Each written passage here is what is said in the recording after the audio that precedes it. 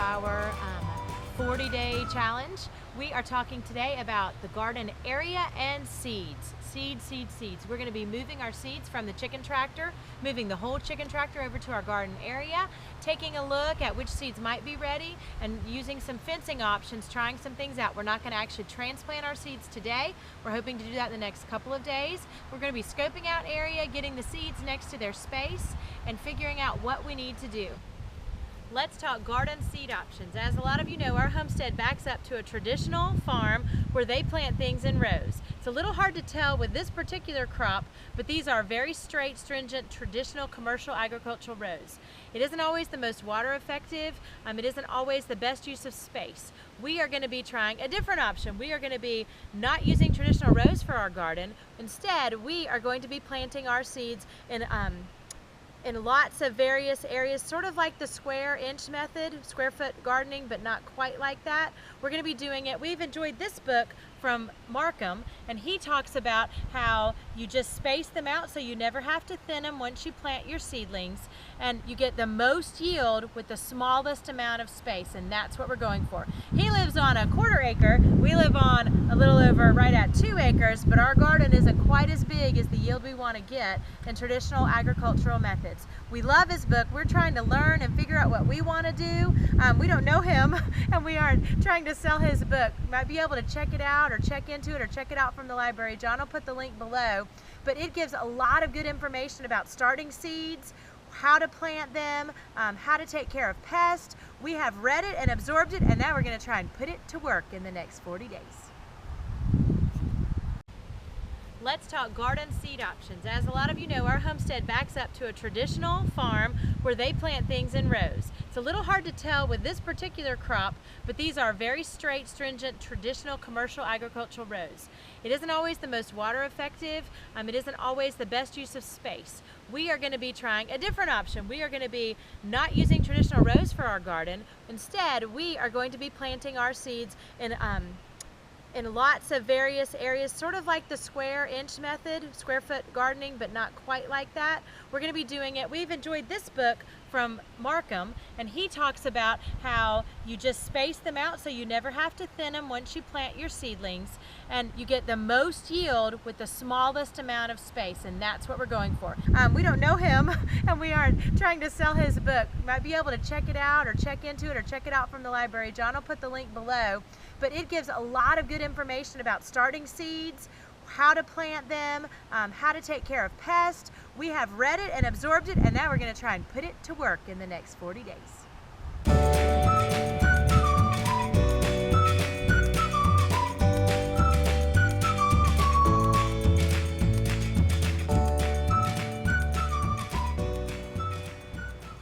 One of the big things that we've got to do is we've got to figure out exactly how big our area is. That's going to help us in determining how we're going to plant things. So I'm just going to very scientifically walk this off to get measurements real quick.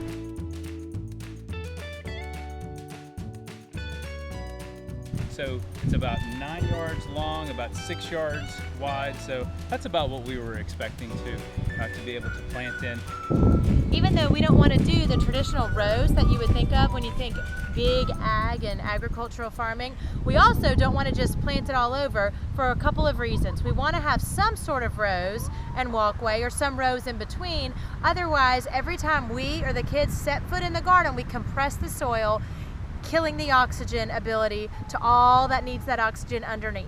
That will give us a lower yield, and that will also mean that some of our yield that we get is not nearly as big and wonderful as we want it to be. So we are going to break it in. We're not doing traditional rows, but we are going to break it in to some groupings with some walkways in between. We were thinking about doing 4 foot by 25 foot boxes. We'll see how that goes.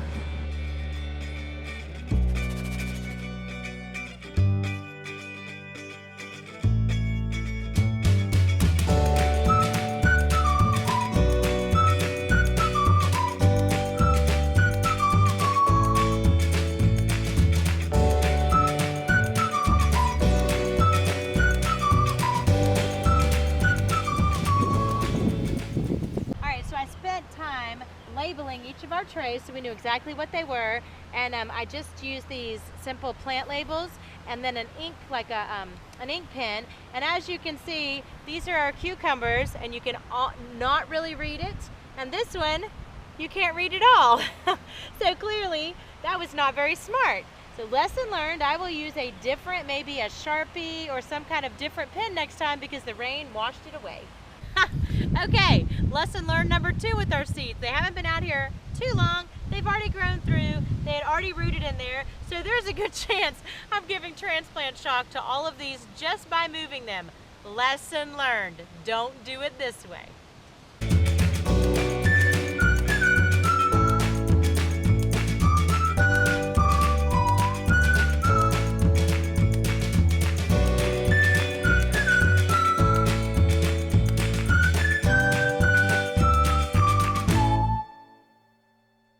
All right, so now that we've got everything taken care of here with moving things towards the garden, let's take a really quick look about the work that we did yesterday with the water cube. It rained last night and I want to see what's going on with it.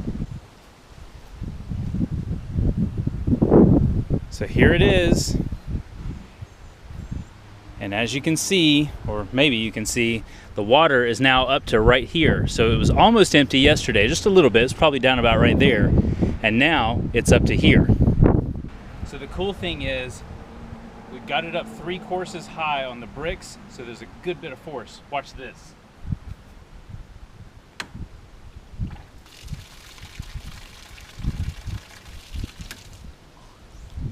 That's better than we get out of our spigots on the side of the house.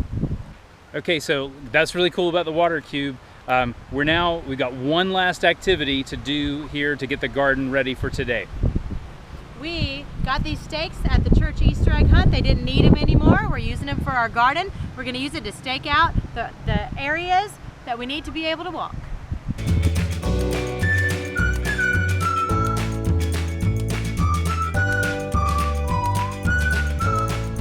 Oh, our chickens are not dummies. We just set this here. We haven't secured the tarp since we moved it. We were over putting the stakes down. And yes, you guessed it, our girls were right here eating up our little seedlings.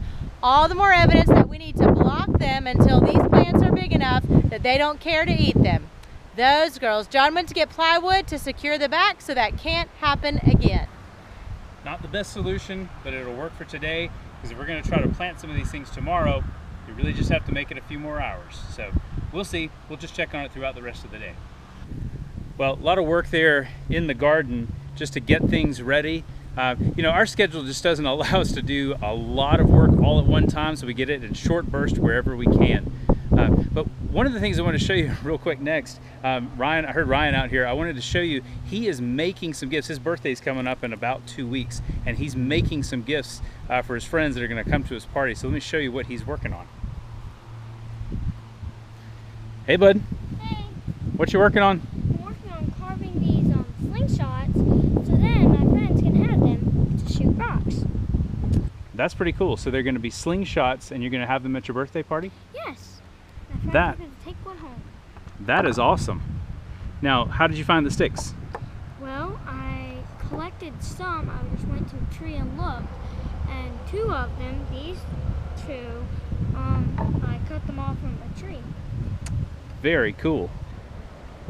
Well, that's another fun day here on our homestead, day 3 of the 40-day homestead challenge. Got a lot of work done there getting the garden ready, but we're looking forward to tomorrow when we can start doing some planting. I'm still really excited about that water cube and being able to collect all of the water. So anyway, that's going to wrap it for today. I've got to go. We will see you tomorrow for day 4.